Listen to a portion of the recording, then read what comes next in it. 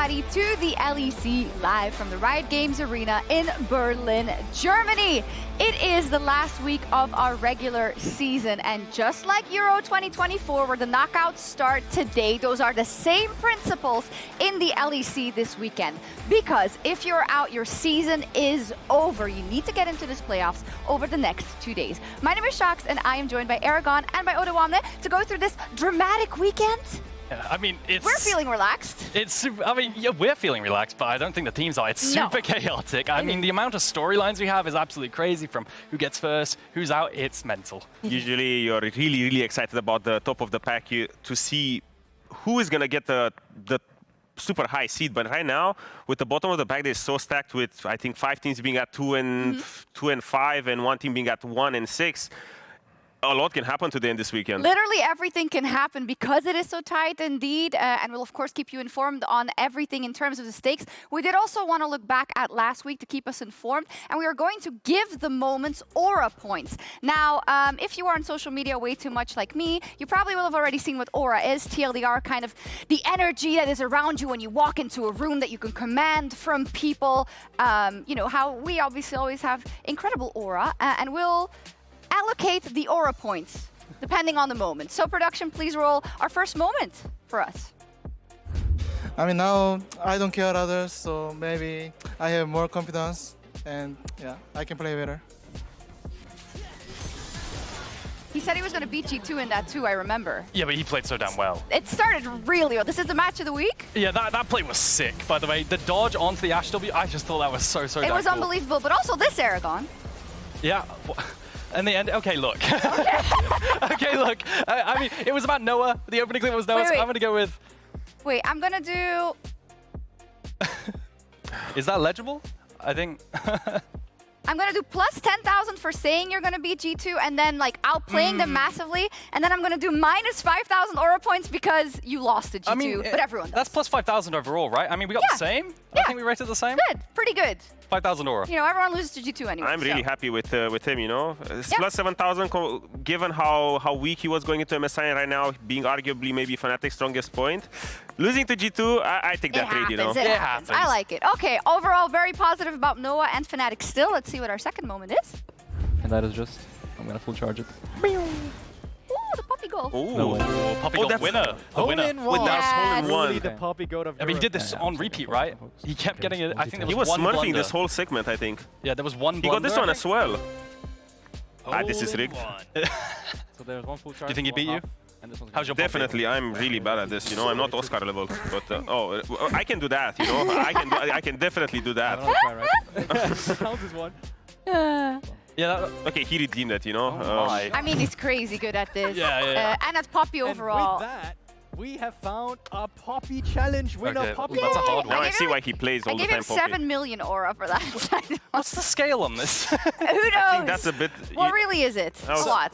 I've gone 3,000. I think maybe it's my ego. I feel like I could do that as well. Oh, Aragon. Is that a challenge? I mean, my IGN used to be Poppy with 2 E's, so I think, yeah, 3,000. It's good. It's good. Okay. 8,000 is, you know, it's more important to be good at Poppy Golf than having your confidence brought back to you like Noah did. So for me, you know, good, priorities. Okay. And also, we've written it down that next Poppy Golf, Aragon will be taking on Mickey. Yes. Let's take a look at our next clip. Wait, which one is this one? Oh, Oh, it's just Targamas. Oh, yeah. the The redemption. Vitality game. Doing really well. Yeah, in all of these teamfights, he's finding really good angles, very patient. But I really hope the next one is coming through because that's the one that sealed the deal for the big 5-man. Yeah, this was the one. Sick. And especially since he had so much criticism, showing off like that, I think is great. All right. It has to be a big Yeah, number. a lot. I think Also, so. I think the situation that KC has found themselves in and all the pressure on all of these shoulders. Did you know that he accidentally got suspended on X? Oh, yeah? I actually think minus aura because it's back probably, and maybe he was playing better. Maybe it's a Noah situation? It's the Noah no social media effect. Yeah. Oh, no, he's going to run it this week, isn't no, he? I thought of even like plus 50,000 aura because I'm sure it's really hard situation in KC, but they're doing well and they might make it to playoffs. Definitely. With them being at 3 wins, they actually have arguably the easiest route out of all of the bottom of the pack teams. Their schedule doesn't look too bad, and they're leveling up in some areas, downgrading in some, but overall positive trend for K-Corp. Yeah, I think Rogue and Giant X was route as easy too, but yeah, a big point reward. I think that was sick. Having the big comeback after, you know, a shaky split and a shaky season. I think he's done really well in that play. Yeah, Aragon, I heard someone told me you had another clip for some reason. I had another clip. I don't know. Well, I went out and found a bonus clip of a certain someone. Oda, you might want to take a look. Wait, that's me? Wait, what am I doing? Don't look up at your eyes. Wait. You're gonna love this one. Oh no, okay. Now I know what I was doing. Oh, but come on, guys. That's ugly. That's ugly. What is that? Oh no, that's ugly. Is this from solo queue? Yeah, I'm all the way up there, you know. He got solo killed, and that was a counter for Aatrox, I'm pretty sure. So. You can give him his aura points he lost. Yeah, I mean that's a minus 10 billion for me. I didn't have time to draw the zeros. That's okay. For me, that's a plus 1,000. You know, I had worse days than that. For me, okay. On the LEC actually, right? After what happened this split, you know, being on the desk with you guys, I'm taking that solo kill over being with you guys over here any You day. know what? So. I think that's very fair. Now, you did bring it up for KC and in terms of the stakes and everything, and we wanted a visual reminder of everyone that is fighting for the playoffs and how big their chances are of getting in there. So we thought about bringing in a huge darts board. And this is the way it goes. We're going to get a visual representation of how hard it is to hit the different things. You can see the scale there next to you. The balls are coming. They're coming. So every time you hit one, we'll look at kind of what it is, and we can explain what the stakes are. You want to take the first shot? I guess I should take the first shot since I have to hit a double. Oh my, who do I want to talk about? Well, I'm really bad at darts, so I'm. You're not going to hit who you want, man. Just throw it. That's a double 8. Who is that? Team Heretics. Okay, Team Heretics. How hard is it for them? They're currently in shared, position for that 5th spot. With Fnatic today and G2 tomorrow, I'm trying to find reasons to get excited. It is really hard. I feel like their form has been quite all over the place. Their easier matches have been in the past. And right now with Fnatic today, G2 tomorrow, it's looking really hard. They really need to level up on their strats and their in-game setup for the objectives. Okay, fair enough. Do you want to take a gander? Go on, throw a shot. Do you have one you want to explain? Ooh, I mean, I'd love to talk about Vitality. Okay. I think they're my personal favorite team to make it through. So any triples? Or Rogue. Okay. Any doublers? Who's that? That's a triple. That's a triple on. That's 555. It's Team Vitality. It's Team Vitality. Yeah, I hit my nice. mark. Nice. Right, I think this team, look. Okay, this might be delusion. This might be close. I feel like they have the best early game in the league. I'm going to stand by that statement. I think they're fantastic. Their stats are crazy. They're absolutely phenomenal. But then they'll just find a way to absolutely run it down. They have a terrible strength of schedule. They've lost to all the bottom tier teams for some reason, G2 and SK next.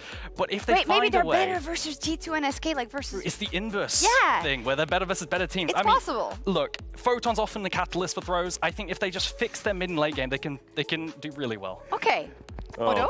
Yeah, it's hard to top that one off. Good one, Aragon. Let's see. Oh, MDK seems like the one with the hardest schedule here. So, okay, that's not enough. Yeah, it's not enough because how hard is this for MDK with 1 win? With 1 win for MDK, it is really difficult. Can we get the standings up as well, maybe production, so we can. I do think they have BDS today and Rogue tomorrow, so their strength of schedule is a little bit iffy.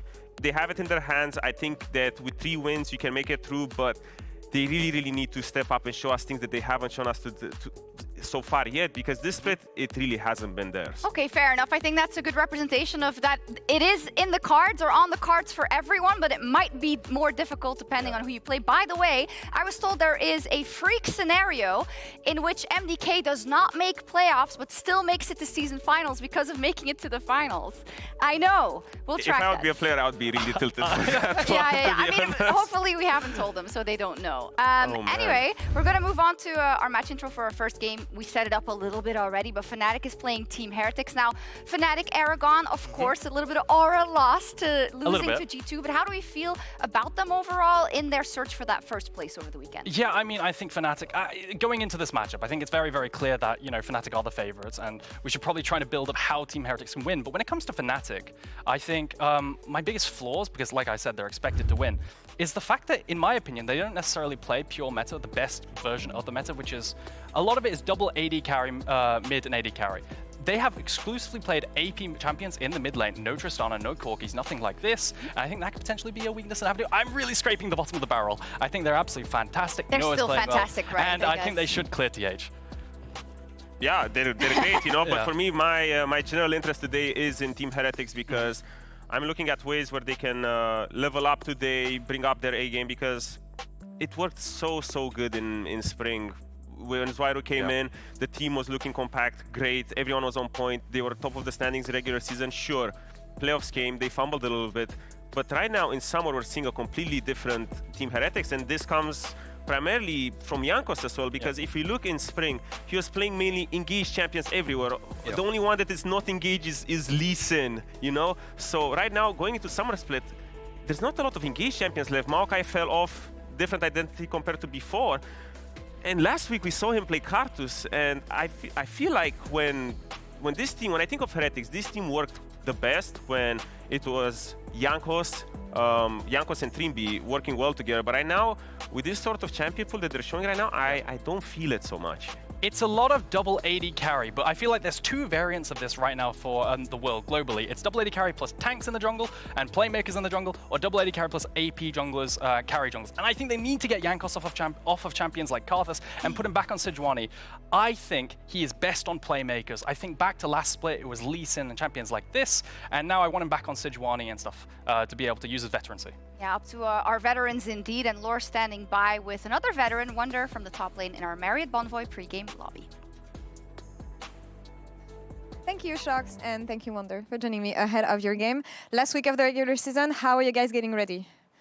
I mean, I'm not gonna lie, it's been like pretty stressful week. I mean, we are playing Fnatic G2 here in our last week, and I mean, well, we might still have a tiebreaker even if we lose to both of them, but we come in trying to, I guess, get 2 wins, right, and try and lock ourselves in playoffs. And yeah, I mean, of course, I think everyone is like aware behind the scenes that, well, if this week doesn't go as planned, we might be out already, and this might be like the end of the year, and then like, so you can start forming thoughts. Okay, maybe it will be like the last, what is it called? The time this roster is together and stuff like this, right? Because obviously we want success.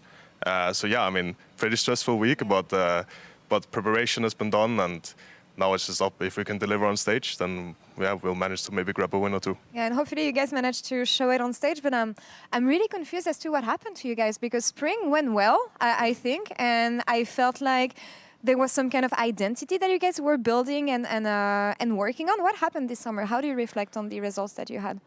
Yeah, I mean, I think a lot of teams got better, just better faster than us. They did like, I mean, for example, SK I think made upgrades. I think K-Corp made upgrades, for example.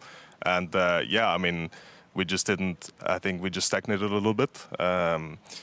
I think we tried a couple of things. For example, last week we tried like lane swapping, right? And it's something we practiced a lot, and we just did pretty basic mistakes. Not even like the first 3-4 minutes of the game was good. Our game plan was good, and then I think we just made like very basic mistakes that cost us like a big lead and kind of snowballed the game out of our control. And I think, yeah, I mean, that's been like our main issue is, well, we are not like the best team in scrims, but in the past that didn't matter as much because on stage we would have like somewhat consistent games. But I think right now we are just very inconsistent, or maybe consistently bad, I guess is a better way to put it. So yeah, I mean, it's something that we hopefully can fix here in the last week we have.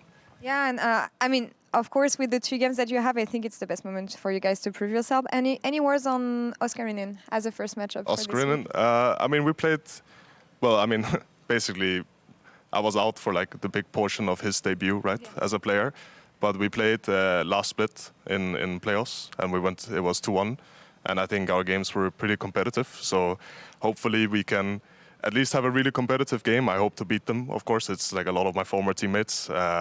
And they're doing really well right now, so it's not an easy match, but I think we can manage if we have Trimby, we have me who has played on the Fnatic before, so yeah, maybe we'll prevail, right, in the grudge match. You got this. Best of luck this weekend, Wunder. Thank you. And Gasters, over to you.